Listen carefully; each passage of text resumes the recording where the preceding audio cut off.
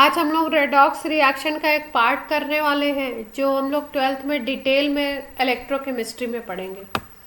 ठीक है, 12th में इलेक्ट्रोकेमिस्ट्री एक चैप्टर है, उसका थोड़ा सा पार्ट यहाँ पे, क्योंकि रेडॉक्स रिएक्शन पे बेस्ड होता है आपका इलेक्ट्रोकेमिकल सेल, इसलिए थोड़ा सा पार्ट यहाँ पे भी दिया गया। उस पार्ट को हम लोग डिस्कस करने वाले हैं। आवाज़ आ रही है सबको?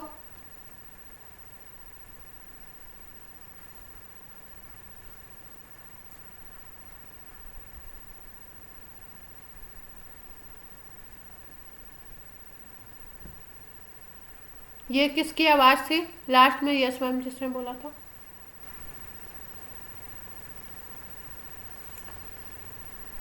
मैंने बोले तो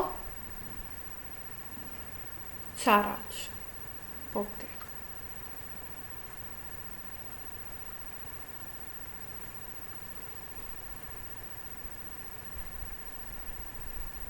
हम लोग सेल की बात कर रहे हैं। सेल, जैसा कि आपको पता है भाई, आप इस समय क्या है, पूरी दुनिया बैटरी पे चल रही है। ऑनलाइन क्लासेस, ऑनलाइन बहुत सारी चीज़ें ऑनलाइन है। तो सारा खेल किसका है? सेल का है। ये सेल कैसे बने होते हैं, कितने तरीके के होते हैं, कौन सा ऐसा सेल होता है जिसमें रेडॉक्स रिएक्शन की बात करी जाती है, ये आज बात करेंगे हम लोग। तो इलेक्ट्रोकेमिकल सेल बेसिकली होता क्या है, केमिकल एनर्जी को कन्वर्ट करता है इलेक्ट्रिकल एनर्जी में। मतलब केमिकल एनर्जी को यूज़ करके हम लोग, केमिकल रिएक्शंस को यूज़ करके हम लोग इलेक्ट्रिसिटी प्रोड्यूस कराते हैं। हम्म हम्म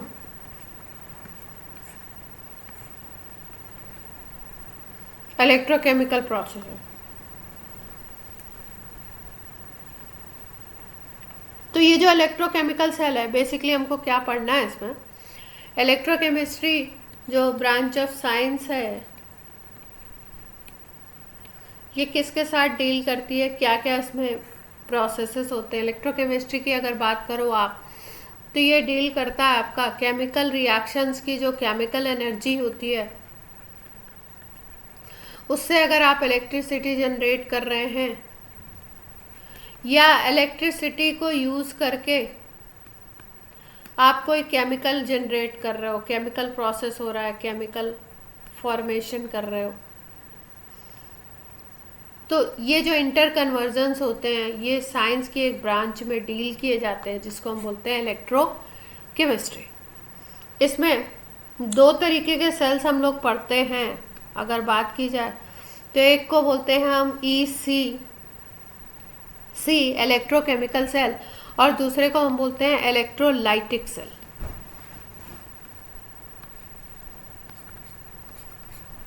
तो यहाँ पे हम बात करेंगे इलेक्ट्रोकेमिकल सेल की, कि उसका कंस्ट्रक्शन कैसे होता है, कैसे बनता है, और क्या क्या चीज़ें उसमें होती हैं। अगर एक इलेक्ट्रोकेमिकल सेल की कंस्ट्रक्शन की हम बात करें तो ये बेस्ड होता है रेडॉक्स रिएक्शन पे। और आपको पता है कि अगर रेडॉक्स रिएक्शन हो रहा है तो क्या मतलब है कि ऑक्सीडेशन भी हो रहा होगा और रिडक्शन भी हो रहा होगा। इतनी बात तो क्लियर है सबको? तो ये जो इलेक्ट्रोकेमिकल सेल में जो रेडॉक्स रिएक्शन होता है, उसमें हाफ पार्ट, एक बीकर ऐसा होता है जिसमें ऑक्सीडेशन होता है और एक पार्ट ऐसा होता है जिसमें रिडक्शन होता है। तो जहाँ पे ऑक्सीडेशन होगा उसको बोलते हैं ऑक्सीडेशन हाफ रिएक्शन, और जहाँ पे रिडक्शन होगा उसको हम लोग बोलते हैं रिडक्शन हाफ रिएक्शन। दोनों को इस तरीके से नाम दिया जाता है।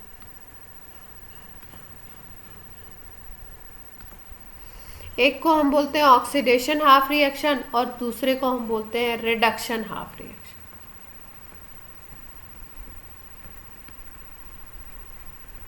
और जो दोनों रिएक्शन होते हैं, अगर इनको कंबाइंड कर दिया जाए तो इसको कंबाइंड फॉर्म में हम लोग बोलते हैं सेल रिएक्शन। जो भी इलेक्ट्रोकेमिकल सेल है उसमें जो कंप्लीट रिएक्शन हो रहा है, दोनों को, ऑक्सीडेशन हाफ रिएक्शन और रिडक्शन हाफ रिएक्शन को अगर हम एडअप कर देते हैं तो उसको हम बोलते हैं टोटल सेल रिएक्शन। ठीक है, अगर सपोज यहाँ पे ऑक्सीडेशन हो रहा है तो ये आपका ऑक्सीडेशन हाफ रिएक्शन होगा। और अगर यहाँ पे रिडक्शन हो रहा है तो ये रिडक्शन हाफ रिएक्शन।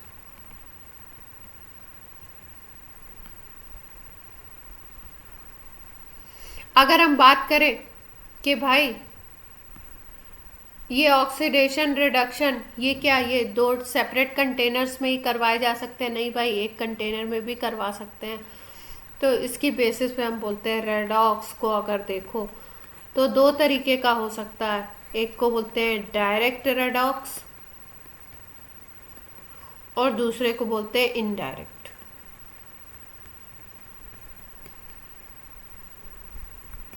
अगर डायरेक्ट रेडॉक्स की बात हो रही है तो डायरेक्ट रेडॉक्स का मतलब होता है एक ही कंटेनर है, उसके अंदर सेम कंटेनर में ऑक्सीडेशन भी होगा और उसी में क्या होगा, रिडक्शन भी होगा। दोनों प्रोसेस एक ही में हो रहे हैं, तो उसको हम बोलते हैं डायरेक्ट रेडॉक्स। और इनडायरेक्ट की अगर बात करो तो ये होते हैं सेपरेट कंटेनर। दो बीकर ले लिए, दो सेपरेट कंटेनर ले लिए, एक में हो गया ऑक्सीडेशन और दूसरे में हो गया क्या, रिडक्शन, और दोनों एक दूसरे से कनेक्टेड होते हैं। ये जो दोनों एक दूसरे से कनेक्टेड होंगे वो आपके किससे कनेक्टेड होंगे, इसका कंस्ट्रक्शन कैसा होता है उसकी हम लोग बात कर लेते हैं। अगर हम बात करें इलेक्ट्रोकेमिकल सेल की तो रेडॉक्स रिएक्शन होगा, उसके थ्रू इलेक्ट्रिसिटी जनरेट की जाएगी। और ये इलेक्ट्रिसिटी का जनरेशन होता कैसे है, दो आपके बीकर्स ले लिए, एक ये है और दूसरा ये। इसमें क्या करते हैं, मेटल रॉड डिप करते हैं जिसमें एक को बनाते हैं एनोड, दूसरे को बनाते हैं हम लोग कैथोड। एक मेटल की रॉड और दूसरे वाले में दूसरे मेटल की रॉड हम डिप कर देंगे। और जिसमें आप सपोज पहले वाले में अगर आपने जिंक की रॉड डिप की है और दूसरे वाले में कॉपर के रॉड आपने डिप किया है, तो ये जो सोल्यूशन लेते हैं जिसमें हमें डिप करना है, इस सोल्यूशन को हम बोलते हैं इलेक्ट्रोलाइट। तो ये जो सोल्यूशन फिल किया जाता है, फर्स्ट में अगर आपने जिंक का रॉड लिया है तो जिंक का ही कोई सॉल्ट ले लेते हैं, और दूसरे वाले में अगर आपने कॉपर का रॉड को आपने कैथोड बनाया है तो उसमें कॉपर का सोल्यूशन, कॉपर के कोई सॉल्ट का सोल्यूशन इसमें फिल कर लिया जाता है। तो किस तरीके से कंस्ट्रक्शन है इसका देखते हैं। ईसीसी की बात कर रहे हैं, इलेक्ट्रो केमिकल सेल की बात की जा रही है। तो क्या क्या है, एक बीकर लिया, दूसरा बीकर लिया, इसमें किसी एक मेटल का रॉड डाल दिया, इसमें किसी दूसरे मेटल। ये सपोज हमने जिंक का रॉड लिया, ये सपोज हमने कॉपर का रॉड लिया। अब ये जिंक और कॉपर के जो रॉड हैं इनको हम लोग किसी सोल्यूशन में डालेंगे, ऐसे ड्राई में तो रिएक्शन होगा नहीं। ये कॉपर का कोई सोल्यूशन लेना पड़ेगा, कॉपर सॉल्ट सोल्यूशन लेंगे। जैसे यहाँ पे हमने लिया है जो एग्जांपल है, कॉपर सल्फेट ले लिया, और यहाँ पे जिंक का कोई सॉल्ट ले लो, उसका सोल्यूशन।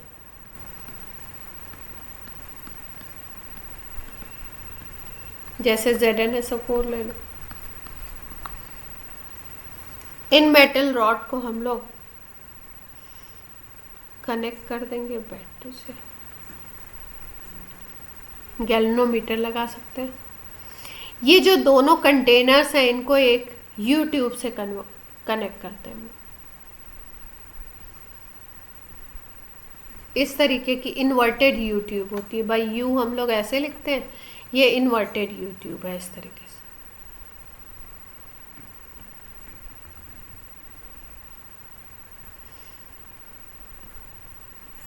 इस यू ट्यूब को हम बोलते हैं, इसको नाम दिया जाता है सॉल्ट ब्रिज। इसमें एक सॉल्ट फिल करते हैं हम लोग, अभी बताएंगे इसका क्या काम होता है। सॉल्ट आपने जैसे KCl ले लिया या KNO3 ले लिया, इस तरीके के सॉल्ट। और एक जेली होती है, जैसे अगर अगर एक जेली लाइक सब्सटेंस होता है, एक एल्गी होता है, उसमें इसको हम लोग फिल करते हैं। यहाँ से कनेक्ट कर दिया इसको। लेफ्ट में हमेशा कैथोड रखते हैं, एनोड रखते हैं, सॉरी, और राइट में हमेशा कैथोड रखा जाता है। ऐसा कन्वेंशन है, मतलब ऐसा माना जाता है कि ऐसे सेटअप करना है, एक तरफ एनोड एक तरफ कैथोड। तो बेसिकली अगर हम बात करें कि भाई ये जो एनोड और कैथोड है, यहाँ पे फंक्शनिंग क्या होगी, क्या काम होंगे, तो उसकी बात कर ली जाए अगर,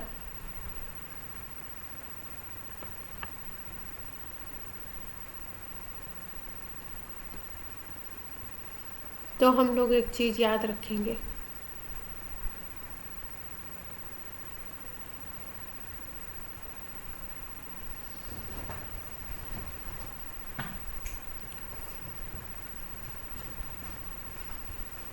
सारांश।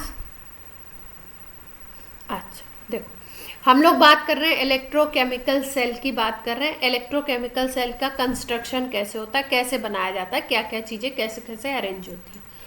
तो इसमें 2 बीकर्स लेंगे, 2 कंटेनर लेंगे, उसमें 2 मेटल्स की रॉड है। जैसे सपोज यहाँ पे हमने जिंक का रॉड लिया और कॉपर का रॉड लिया। जिस मेटल का रॉड होगा उसी के सॉल्ट का सॉल्यूशन ले लेंगे हम लोग। जैसे यहाँ पे जिंक सल्फेट ले लिया और एक तरफ कॉपर सल्फेट। लेफ्ट वाली जो रॉड है उसको एनोड बनाया जाता है और राइट वाली जो रॉड है उसको कैथोड बनाया जाता है। बीच में ये दोनों एक दूसरे से इंटर कनेक्टेड होते हैं एक इन्वर्टेड यू ट्यूब से, जिसको नाम दिया गया सॉल्ट ब्रिज। इसमें एक जेली भरी होती है और उस जेली के थ्रू हम लोग एक सोल्यूशन इसमें फिल करते हैं, जिसको हम लोग KCl KNO3 इस तरीके के सॉल्ट से फिल किया जाता है। ऊपर यहाँ पे गैल्वेनोमीटर लगा सकते हैं हम लोग, बैटरी लगा सकते हैं। और करते क्या है इसमें, प्रोसेस क्या होता है देखिए। प्रोसेस ये होता है कि जो लेफ्ट वाला जो आपका बीकर है, इसमें ध्यान क्या रखना है, लोन याद रखना है। लोन का मतलब लेफ्ट, O का मतलब ऑक्सीडेशन, A का मतलब एनोड और N का मतलब नेगेटिव चार्ज। क्या याद रखना है, लोन। लोन का मतलब है लेफ्ट साइड में जो बीकर होगा उसमें ऑक्सीडेशन होगा, उसको एनोड, उसमें एनोड की रॉड होगी और एनोड पे ऑक्सीडेशन होता है। और वो जो रॉड होगी वो कैसी होगी, निगेटिवली चार्ज होगी, उसके ऊपर माइनस चार्ज होगा। अब जस्ट अपोजिट हो जाएगा आपका राइट वाला। राइट में क्या क्या होगा, राइट में होगा रिडक्शन। राइट वाली जो रॉड होगी उसको बोलेंगे कैथोड और ये होगी आपकी पॉजिटिव चार्ज। क्लियर है बात, ठीक। अब प्रोसेस क्या होता है, कैसे कैसे आपका नेगेटिव चार्ज आता है, कैसे कैसे पॉजिटिव चार्ज आता है, इसकी हम लोग बात करते हैं। सपोज आपके लेफ्ट में जिंक की रॉड है और जिंक सल्फेट के सॉल्यूशन में इसको रखा गया है, तो होता क्या है लेफ्ट वाली रॉड में, लेफ्ट बीकर में अगर हम बात करें, लेफ्ट बीकर की अगर आप बात करो तो लेफ्ट बीकर में आपका क्या फिल है, यहाँ पे जिंक का रॉड है और ZnSO4 फिल किया हमने। तो होता क्या है इसमें, ये जो जिंक की रॉड है ना, ये जिंक मेटल होता है इसमें सॉलिड, ये अपने अंदर से 2 इलेक्ट्रॉन्स को एमिट करता है और ये इलेक्ट्रॉन बाहर आते हैं सॉल्यूशन में।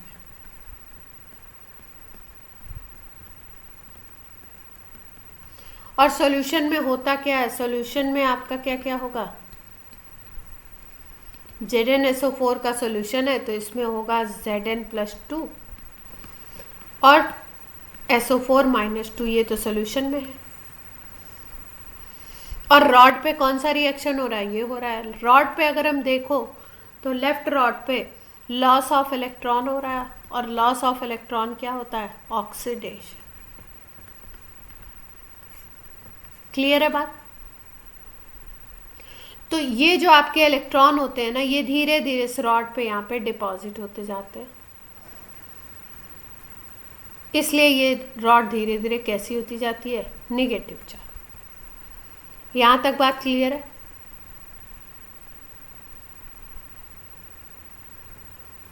अब अगर हम राइट कंटेनर की बात करें,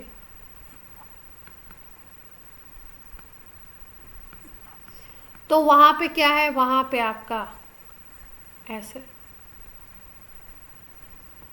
कॉपर का रॉड है और यहाँ पे कॉपर सल्फेट का सॉल्यूशन।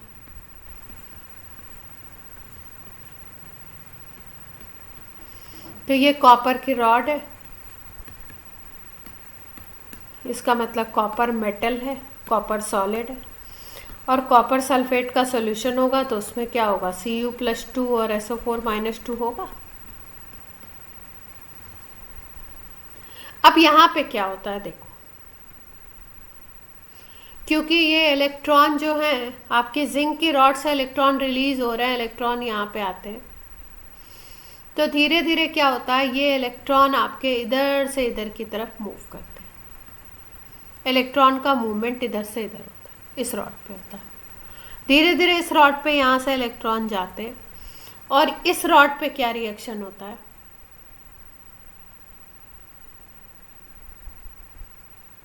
ये इलेक्ट्रॉन आपके यहां से इधर आएंगे और यहाँ पे प्रोसेस क्या होगा, यहाँ पे प्रोसेस होगा रिडक्शन का। कैसे, CuSO4 का जो सॉल्यूशन है उसमें Cu+2 आयन है और SO4-2 आयन है। तो ये जो Cu+2 आयन है ना, ये जो लेफ्ट साइड से इलेक्ट्रॉन आ रहे हैं इनको कैच कर लेगा और ये बना लेगा Cu सॉलिड।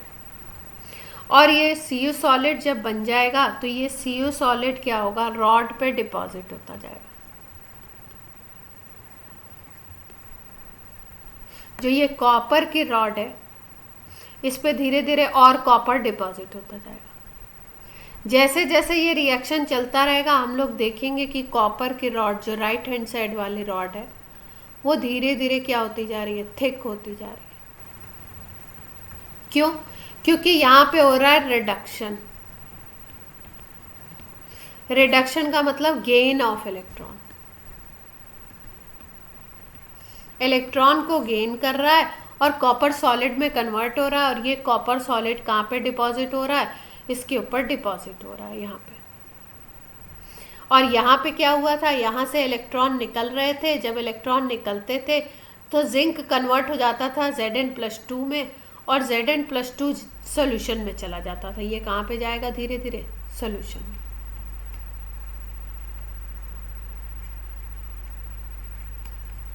तो यहाँ से जो लेफ्ट बीकर में जिंक मेटल ब्रेक होता जा रहा है, Zn+2 बन रहा है, इलेक्ट्रॉन बन रहे हैं, इलेक्ट्रॉन तो दूसरी तरफ चले जा रहे हैं और Zn+2 धीरे धीरे ये सोल्यूशन में जो Zn+2 है वहाँ पे इकट्ठा होता जा रहा है, तो ये वहाँ पे सोल्यूशन में जाएगा।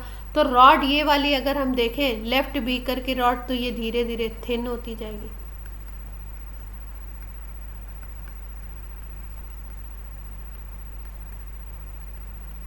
यहाँ तक बात समझ आती है?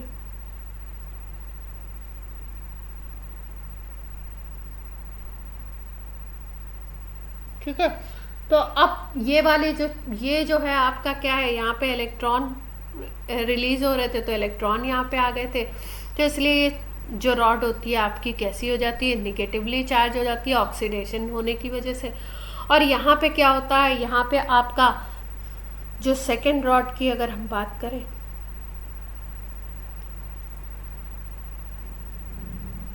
तो सेकेंड रॉड वाले में क्या हो रहा है, सेकेंड में Cr+2 जो है आपका जो सॉल्यूशन से मिला हुआ है वो 2 इलेक्ट्रॉन गेन करके कॉपर सॉलिड बना रहा है और मेटल के ऊपर डिपॉजिट होता जा रहा है। जब ये डिपॉजिट होता जाएगा तो हम लोग क्या देखते हैं कि यहाँ पे आपका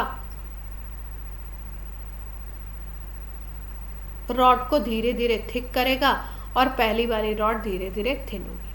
अब आप बोलोगे ये यू ट्यूब में यहाँ पे ये जो इन्वर्टेड यू ट्यूब लगा रखी है इसका क्या पर्पज़ है, ये सॉल्ट ब्रिज क्यों लगा रखा है? क्योंकि ये पूरा कॉम्बिनेशन काम करता है, ऐसा नहीं है केवल ये काम करेगा, ये कॉम्बिनेशन भी होना चाहिए। तो कॉम्बिनेशन क्या काम करता है देखो, अगर हम बात करें सॉल्ट ब्रिज का, हाँ,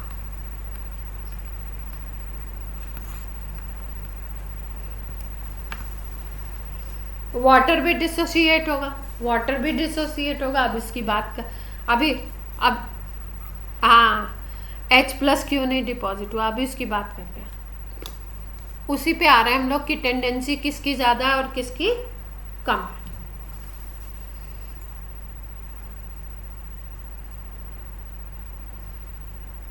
अब हम बात करें सॉल्ट ब्रिज की। तो सॉल्ट ब्रिज की अगर बात करो तो इसमें इसका पहला काम जो होता है वो क्या होता है, एक तो इंटरनल सर्किट को कंप्लीट करता है,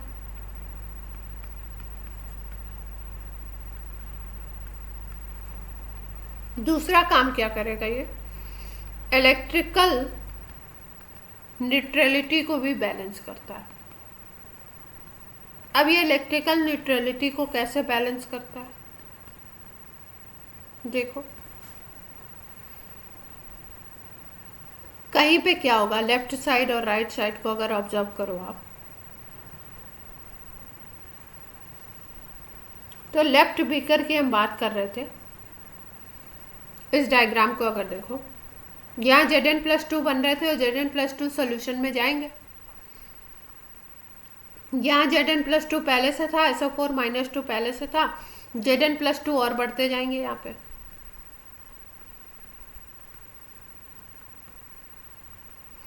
और यहाँ की अगर बात करो तो यहाँ पे क्या होगा, यहाँ पे कॉपर सल्फेट था और कॉपर सल्फेट Cu+2 और SO4-2 में ब्रेक होता था, और ये Cu+2 2 इलेक्ट्रॉन को गेन करके Cu सॉलिड में कन्वर्ट होते जा रहे हैं। तो ये Cu+2 धीरे धीरे ख़त्म होता जा रहा है, क्योंकि ये Cu जो इसका सोल्यूशन का है वो तो सीधे सीधे रॉड पे जाके डिपॉजिट हो रहा है, तभी तो रॉड थिक हो रही है, और यहाँ का जिंक निकल निकल के सोल्यूशन में आता जा रहा है।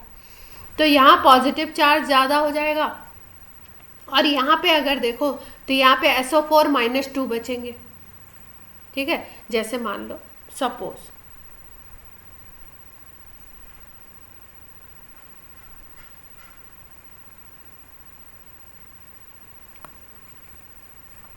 ये दोनों बीकर की कहानी है हमारे।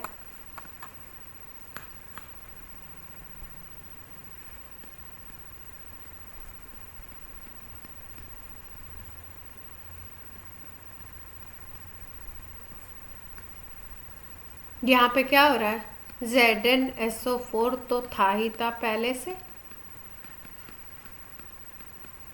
मान लो ये 100 थे, तो ये 100 Zn+2 और 100 SO4-2 यहाँ पे होंगे। अब इससे रॉड से क्या होगा, रॉड से और Zn+2 आएंगे।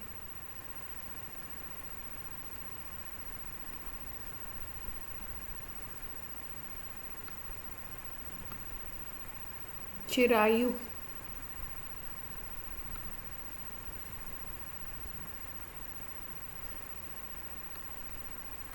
कहाँ आप, कहाँ थे, अभी तक आए नहीं?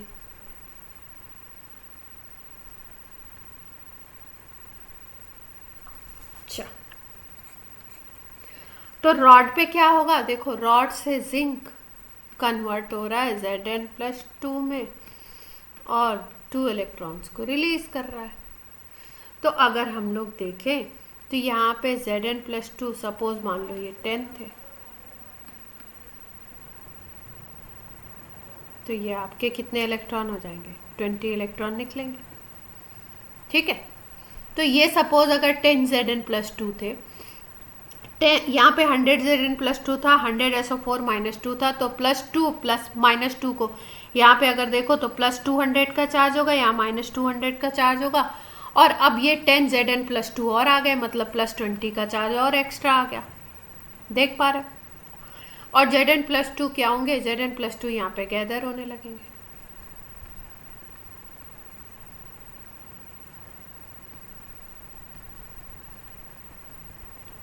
हम लोग बात कर रहे हैं इलेक्ट्रोकेमिकल सेल की। इलेक्ट्रोकेमिकल सेल में 2 बीकर 2 कंटेनर लेते हैं, एक में एक मेटल की रॉड और उसके ही सॉल्ट के सॉल्यूशन में उसको डिप करते हैं, दूसरे में दूसरे मेटल की रॉड और उसके सॉल्ट के सॉल्यूशन में उसको डिप करते हैं। फर्स्ट में हमने जिंक लिया और ZnSO4 में डिप किया, दूसरे में कॉपर लिया, कॉपर सल्फेट में डिप किया, इसको कनेक्ट कर देते हैं और यहाँ पे एक इन्वर्टेड यू ट्यूब लगाते हैं जिसको हम बोलते हैं सॉल्ट ब्रिज, इसमें कोई सॉल्ट फिल करते हैं। ठीक है, तो बात की जा रही है कि फर्स्ट रॉड में जिंक Zn+2 में कन्वर्ट हुआ और इलेक्ट्रॉन रिलीज किए उसने, और सॉल्यूशन में ऑलरेडी Zn+2 और SO4-2 थे। तो हमने देखा कि Zn+2 और ज़्यादा यहाँ पे अगर हम देखें तो ये अगर 20 Zn+2 हैं तो 120 Zn+2 हो जाएंगे और 100 SO4-2 हो जाएंगे। इतना देख पा रहे हैं?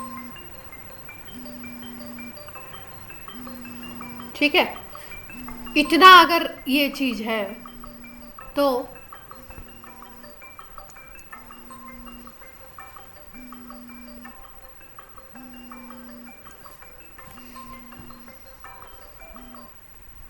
इतनी अगर ये चीज है, 120 Zn+2 है, 100 SO4-2 है, तो अगर हम देखें तो एक्सेस ऑफ पॉजिटिव चार्ज दिखाई दे रहा है यहाँ पे, देख पा रहे हो? और यही अपोजिट केस हमें कहाँ पे देखने को मिलेगा? राइट वाले में।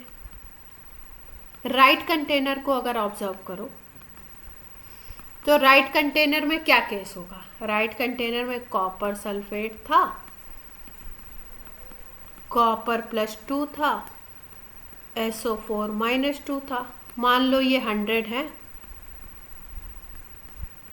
सपोज 100 रिलीज हुए।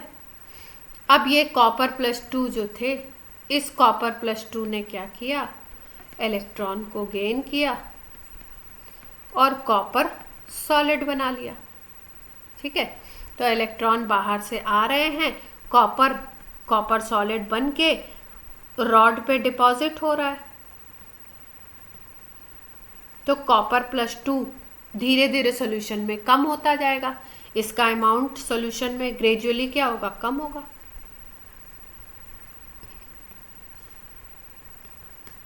Decreases in solution. और जब पॉजिटिव चार्ज धीरे धीरे डिक्रीज होता जाएगा तो पॉजिटिव के कंपैरिजन में ये SO4-2 ज़्यादा हो जाएगा, तो यहाँ पे नेगेटिव चार्ज का एक्सेस होने लगेगा। वहाँ पे Zn+2 ज़्यादा थे और यहाँ पे नेगेटिव चार्ज ज़्यादा हो गए, तो ये सब क्या होंगे?